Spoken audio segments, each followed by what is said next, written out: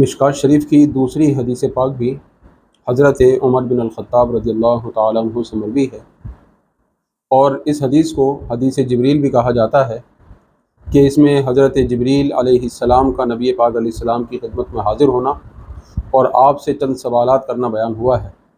تو یہ حدیث چونکہ قدر طویل ہے، تو اس لیے اس حدیث پاک کے مختصر سے حصے کو بیان کر کے اس کی وضاحت آپ کے سامنے پیش کی جائے گی۔ سب سے پہلے حدیث پاک کے الفاظ سماعت فرما لیجیے۔ عن عمر بن الخطاب رضی اللہ تعالی عنہ قال بینما نحن عند رسول اللہ صلی اللہ تعالی علیہ وسلم ذات یوم اذ طلع علینا رجل شدید بیاض الثياب شدید سواد الشعر لا يرى عليه اثر السفر ولا يعرفه منا احد حتى جلس الى النبي صلی اللہ علیہ وسلم فاسند ركبتيه الى ركبتيه ووضع كفيه على فخذيه وقال يا محمد اخبرني عن الاسلام قال الاسلام ان تشهد ان لا اله الا الله وان محمد رسول الله وتقيم الصلاة وتؤتي الزكاة وتصوم رمضان وتحج البيت ان استطعت اليه سبيلا قال صدقت فعجبنا له يسأله ويصدقه۔ حضرت عمر بن الخطاب رضی اللہ تعالیٰ عنہ سے روایت ہے، فرماتے ہیں کہ ایک دن ہم نبی اکرم صلی اللہ تعالیٰ علیہ وسلم کی خدمت میں حاضر تھے کہ اسی دوران ایک شخص حاضر خدمت ہوا، اور اس شخص کا حلیہ کیسا تھا؟ اس کا لباس نہایت صاف ستھرا، اس کے سر کے بال بالکل سیاہ، اس پر سفر کا کوئی اثر نہیں تھا، اور ہم میں سے کوئی اسے جانتا بھی نہیں تھا۔ یعنی اس کے حلیے سے یہ محسوس ہوتا تھا کہ وہ مدینہ منورہ ہی کا رہنے والا ہے، لیکن ہم میں سے کوئی جانتا بھی نہیں تھا۔ اگر شہر مدینہ کا رہائشی ہوتا تو ہم لوگ اسے پہچان لیتے۔ تو سفر کے اثرات بھی اس کے اوپر نہیں ہے، اور ہم میں سے کوئی جانتا بھی نہیں تھا۔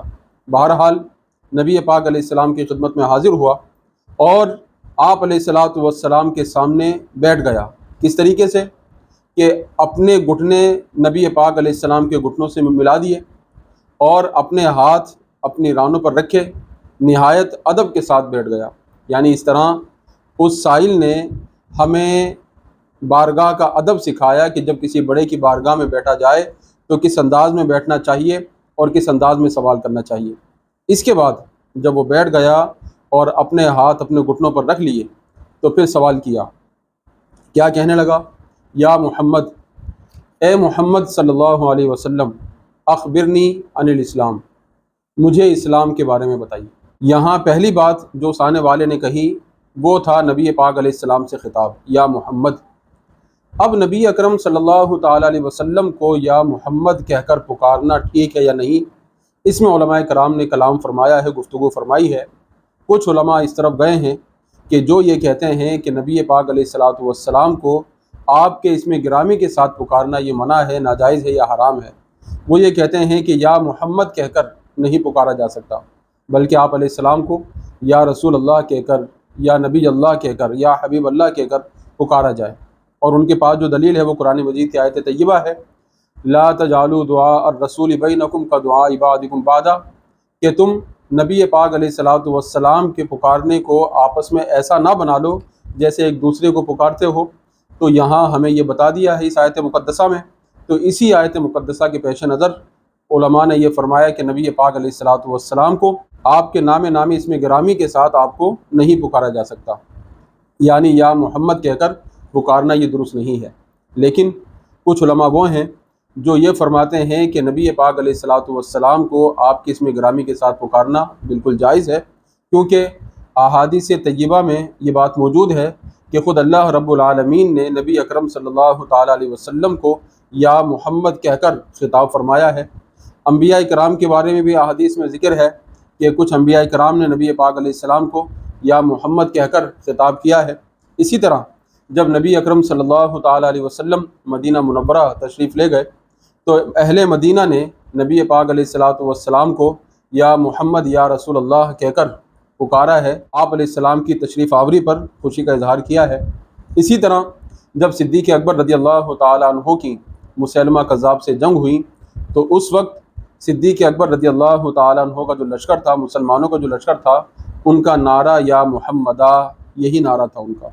اسی طرح اگر ہم دیکھیں تو احادیث طیبہ میں صلاۃ الحاجات کا بیان ہے، جو دعائے حاجات نبی پاک علیہ الصلاۃ والسلام نے بیان فرمائی ہے، اس میں بھی یا محمد کا ذکر ہے۔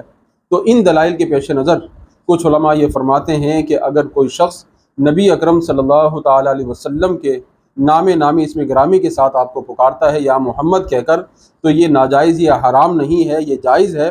البتہ اختلاف سے بچنے کے لیے بہتر صورت یہی ہے کہ یا رسول اللہ کہہ کر پکارا جائے یا حبیب اللہ کہہ کر پکارا جائے، کیونکہ عام طور پر صحابہ کرام علیہم الرضوان جب بھی نبی پاک علیہ الصلاۃ والسلام کی خدمت میں کوئی بات عرض کرتے تو یا رسول اللہ کہہ کر آپ کی خدمت میں عرض کیا کرتے تھے۔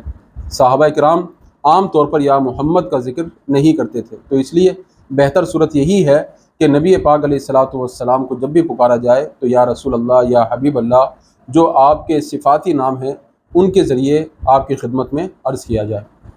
اس کے بعد جو بات یہاں بیان ہوئی ہے کہ سائل نے سوال کیا اخبرنی عن الاسلام، مجھے اسلام کے بارے میں بتائیے، اسلام کیا ہے؟ تو نبی اکرم صلی اللہ تعالیٰ علیہ وسلم نے ارشاد فرمایا ان تشہد ان لا الہ الا اللہ وان محمد الرسول اللہ۔ اسلام کی پہلی بات یہ ہے کہ تم اس بات کی گواہی دو کہ اللہ کے سوا کوئی معبود نہیں اور محمد صلی اللہ تعالیٰ علیہ وسلم اللہ کے رسول ہیں۔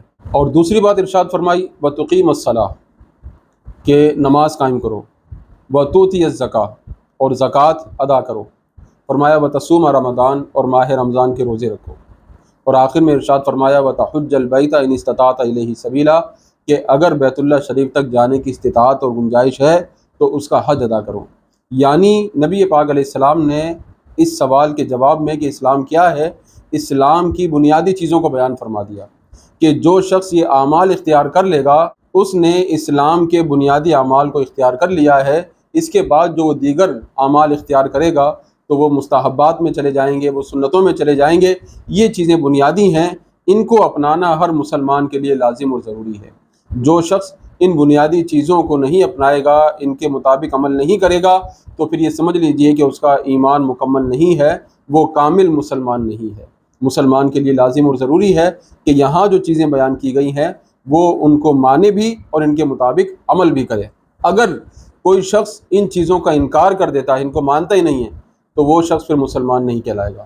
اور اگر کوئی شخص ان کو مانتا ہے لیکن ان میں غفلت کر جاتا ہے، سستی کر جاتا ہے، وہ مسلمان تو کہلائے گا، مومن تو کہلائے گا، لیکن کامل مسلمان نہیں کہلائے گا، کامل مومن نہیں کہلائے گا۔